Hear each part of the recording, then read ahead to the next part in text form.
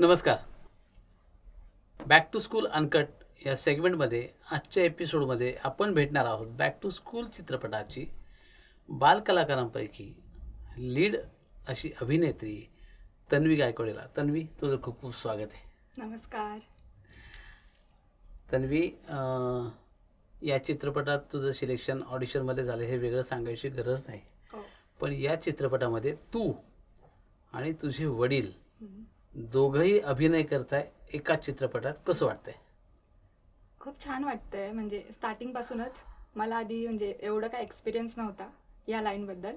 मग पप्पांना तुम्ही मेसेज केला की असं ऑडिशन वगैरे आहे. मी दिले ऑडिशन, सिलेक्ट झाले. 2 वेळा दिले ऑडिशन. येस. मग नंतर मला समजलं की तुम्ही पप्पांना मेसेज केला की लीड रोलसाठी सिलेक्ट झाली आहे. खूप हॅपी होते, नर्वसही होते की फर्स्ट टाईम होतं, सगळं कॅमेरा फेस करायचा होता वगैरे वगैरे. मग काही नाही, सगळं छान होतं. पप्पांनी मला गाईड केलं चांगलं. आधी घरून गाईड करून पाठवायचे पप्पा मला, मग मी तिथं येऊन चांगलं डायलॉग द्यायची. तुम्हीही मला खूप म्हणजे गाईड केलं शूटिंगच्या वेळेस. सोबत नव्हतं पप्पा आणि मी हे शूटिंगच्या वेळेस, बट काय नाही, ठीक होतं, छान होतं. सगळे फ्रेंड्स झाले. तुम्हीही खूप छान होते, सगळे फ्रेंडली, सगळं समजवायचे, छान होतं. हे सगळं म्हणजे पहिला प्रश्न होता तो तुझ्या पप्पाच्या तुझ्या संदर्भात होता. तन्वीचे वडील शिवाजीराव गायकवाड हे व्यवसायाने जरी शिक्षक असले तरी एक उत्तम अभिनेते आहेत आणि तेही चित्रपट सिरियलमध्ये अनेक वर्ष काम करत आहेत. त्यांची माझी मैत्री आहे, त्यामुळे त्यांच्यापर्यंत तो मेसेज पोचला होता आणि त्या मेसेजमुळं आज त्यांची मुलगी बॅक टू स्कूलमध्ये लीड करते आहे आणि घरून सपोर्ट असल्याशिवाय हे शक्य होत नाही. ते तुला झालं. असे आईवडील मिळायलाही भाग्य लागतं आणि तुला ते मिळालं आहे.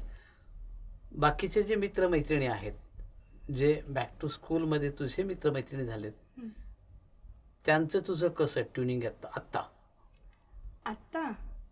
आतापर्यंत आम्ही बोलतोय. हीच लाईक एकदम छान गोष्ट आहे. पहिली माझी बेस्ट फ्रेंड आर्या घारे, ती आणि मी नेहमी बोलत असतो. कुठे जात गेलो तरी म्हणजे मेसेज करतो एकमेकांना की तू जातेस का नाही वगैरे वगैरे, असं बोलणं होतं. आणि सेकंड अथर्व दादा, जो की नव्हता लीड रोलमध्ये, तो 10th स्टँडर्डला होता, बट त्याच्यासोबत पण खूप छान बॉन्डिंग आहे माझं. आणि बाकीचे माझ्यासोबतचे रोलवाले ते पण आमचं चालू असतं, स्टोरीज थ्रू आम्ही बोलत असतो. शूट करताना या सगळ्यांसोबत तुझे रिलेशन्स कसे होते शूटिंगच्या वेळेस ॲज अ क्लासमेट म्हणून? छान होते, गमतीशीर एकदम. आम्ही हसायचो, खेळायचो, सोबत जेवायलाही बसायचो ब्रेक झाल्यावर मूवीचा. छान होतं, सगळं छान होतं. आणि स्पेसिफिक आता तू कॉलेज करतेस, शाळेतले दिवस तुला परत अनुभवायचे म्हटलं तर तुला तुझ्या शाळेत परत जाता येईल का? नाही. मग तो अनुभव तुला बॅक टू स्कूलचं शूट करताना मिळाला का? हो, मिळाला. तेव्हा मी 11th ला होते जेव्हा शूट चालू होतं. 2021 आय गेस. मी तेव्हा 11th ला होते. माझे स्कूल डेज संपले होते, माझं कॉलेज स्टार्ट झालेलं तेव्हा, हायस्कूल. मग मला खूप आठवण यायची माझ्या बेस्ट फ्रेंड्सची स्कूलमधल्या. मग ते थोडं एक्सपिरियन्स करायला भेटलं परत मला. तेच सगळे गमती जमती. शाळेतले ते मित्रमैत्रिणी जे तुझ्या वर्गात होते किंवा तुझ्या वरच्या किंवा नंतरच्या वर्गात त्या काय असतात, त्या वर्गामध्ये जे होते ते मित्रमैत्रिणी, त्यांच्या संपर्कात तू आहेस का आता? हो, शाळेच्या? हो आहे. तुमचा व्हॉट्सअपचा ग्रुप वगैरे? हो. तुम्ही भेटता का? हो.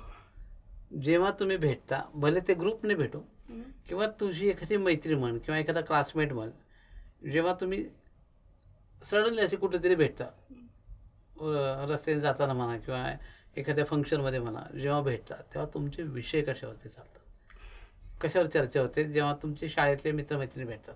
काय चालू आहे आता, कुठे ॲडमिशन घेतलंय, कशी चालू आहे लाईफ, घरचे कसं आहे, हेच सगळं चालू असतं. आणि शाळेतल्या आठवणींना उजाळा परत देतात की नाही? हो, खूप देतो. खूप आठवण येते. आम्ही एकत्र शोज करायचो स्कूलमध्ये असताना, गॅदरिंग, पिकनिक्सला जायचो. खूप आठवण येते त्या सगळ्याची. ते तर सगळं बोलतोच आम्ही. जे सगळं आहे, शूट पण छान झालं, तुम्ही कामही खूप छान केलं.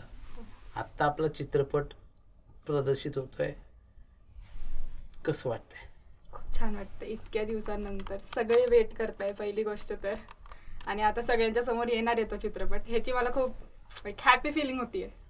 इतक्या दिवसापासून मीही खूप वेट केलेलं आहे कारण की. बरोबर आहे. चित्रपट फायनली येतोय येस. 28 नोव्हेंबर 2024 रोजी हा सर्वत्र प्रदर्शित होतो आहे. या चित्रपटामध्ये तन्वीने खूप छान भूमिका केली आहे. तिने काय भूमिका केली आहे किंवा काय ते आत्ता आम्ही गुपित उघड करणार नाही, नाही तर त्याची मजा जाईल. पण जाता जाता तुला मी प्रश्न विचारतो की ती जी भूमिका केली होती त्या भूमिकेचं नाव काय, चित्रपटाचं तुझं नाव काय? माझ्या चित्रपटातलं नाव आहे स्वरूपा. आणि तुझ्या सोबत ज्या मैत्रिणी आणि मित्र होते हां. त्यांची नाव आठवतात का कॅरेक्टरमधली? हो आठवतंय, मला आठवू द्या. माझ्या पार्टनरचं नाव नाही, माझ्या बॅकबेंचरचं नाव आशा होतं. माझ्या पार्टनरचं नाव नाही आठवते. मी विसरली. अजून दीपा होती एक. अजून नाही नाही बरं, जी आठवत. पार्टनर होती हां, तिचं नाव काय, खरं नाव काय? शर्वरी. ते नाव आठवते, हां, तिच्या कॅरेक्टरचं आठवत नाही आठवते. याला म्हणतात पिकतं तिथं विकत नाही. बॅक बेंचरचं नाव माहिती आहे, हिच्या बॅक बसलेल्या बेंचरचं नाव माहिती आहे, शेजारचं नाव माहीत नाही. असंच आपल्या आयुष्यामध्ये होतं की आपल्या जवळच्या नात्यांचं आपल्याला तितकंसं महत्त्व कळत नाही, त्यामुळे आपण तितकं लक्ष देत नाही. पण आपण दूर जे असतात त्यांच्यावरती जास्त लक्ष देतो. त्यामुळं तुझे आहे तुझं पाशी, पण तू जागा चुकलाशी, अशी थोडीशी परिस्थिती तन्वीची नक्कीच झालेली आहे. तिला जास्त टेन्शन न देता तिचं खूप खूप आभार व्यक्त करतो की तू या ठिकाणी आलीस. हो. त्याबद्दल रंगसंस्कार प्रोडक्शन्सच्या वतीने, बॅक टू स्कूल चित्रपटाच्या वतीने आणि अर्थातच बॅक टू स्कूल अनकट हे आमच्या सेगमेंटच्या टीमकडून तुझं खूप खूप आभार आणि तुझ्या भावी आयुष्यासाठी खूप शुभेच्छा. थँक्यू. धन्यवाद. थँक्यू.